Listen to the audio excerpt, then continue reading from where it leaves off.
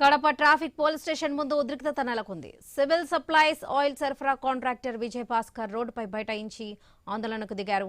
రాత్రి 8 తర్వాత నగరంలోకి రావద్దంటూ traffic SI Jayaram, CI Suresh అడ్డుకున్నారని, బూతులు తిట్టారంటూ బాధితులు ఆరోపించారు.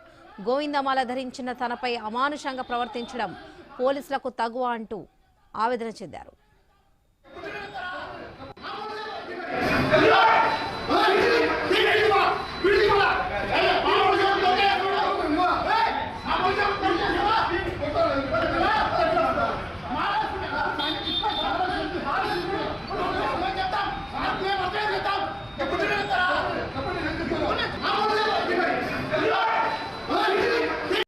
మాకు అన్ని అవుట్లెట్లకు 650 అవుట్లెట్ సప్లై చేస్తాం సార్. దాంట్లో ఆర్టీసీలు ఉన్నాయి, పోలీస్ అవుట్లెట్లు ఉన్నాయి, డీజిల్ పెట్రోల్ సప్లై చేస్తాం సార్.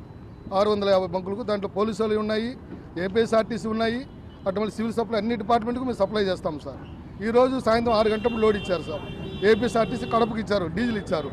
మీరు తీసుకొని వస్తే మా డ్రైవర్ని బండి ఆపారు. తేజ పెట్రోల్ బంకుకు వై జంక్షన్ మధ్యలో ఆపారు. మాకు